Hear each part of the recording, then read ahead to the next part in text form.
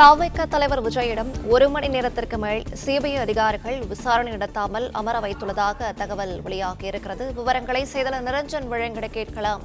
நிரஞ்சன், வணக்கம். இது குறித்தான மேலும் விரிவான விவரங்கள்.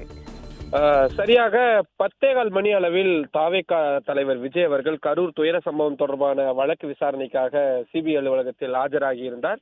அவரிடம் 10:30 மணிக்கு அந்த கெசட்டில் கையெழுத்து என்பது வாங்கப்பட்டிருந்தது. அந்த நிமிடத்திலிருந்து அவரிடம் விசாரணை என்பது அதிகாரப்பூர்வமாக தொடங்கி இருந்தது. தற்பொழுது 1 மணி நேரத்தை கடந்தும் கூட அவரிடம் விசாரணை எதுவும் நடத்தப்படாமல் அவர் வெறுமனே அமைதியாக உட்கார வைக்கப்பட்டிருக்கிறார் என்ற தகவல்கள் தான் கிடைத்திருக்கின்றது.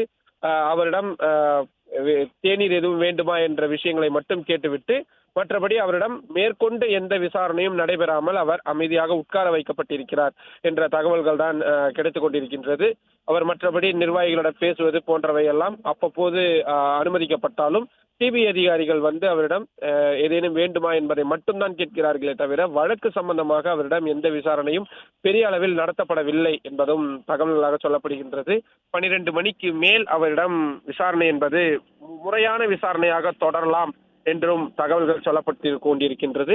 1 மணியிலிருந்து 2 மணி வரைக்கும் உணவு இடைவேளை என்பதாகவும் அவருக்கு கொடுக்கப்பட சொல்லப்பட்டிருக்கின்றது. தேவைப்பட்டால் விஜய் அவர்கள் வெளியே சென்று வரலாம் என்றும் அனுமதி கொடுத்திருக்கின்றார்கள். ஆனால் விஜய் இதுவரைக்கும் எந்த முடிவும் எடுக்கவில்லை. அவர் பெரும்பாலும் உள்ளேயே தான் இருப்பார் என்பதான தகவல்கள் தான் சொல்லப்படுகின்றது. இன்று மாலை 4 மணி அல்லது 5 மணி வரை விசாரணை செல்வதற்கான வாய்ப்பு இருப்பதாகவும் சிபிஐ அதிகாரிகள் தகவல் தெரிவிக்கின்றனர்.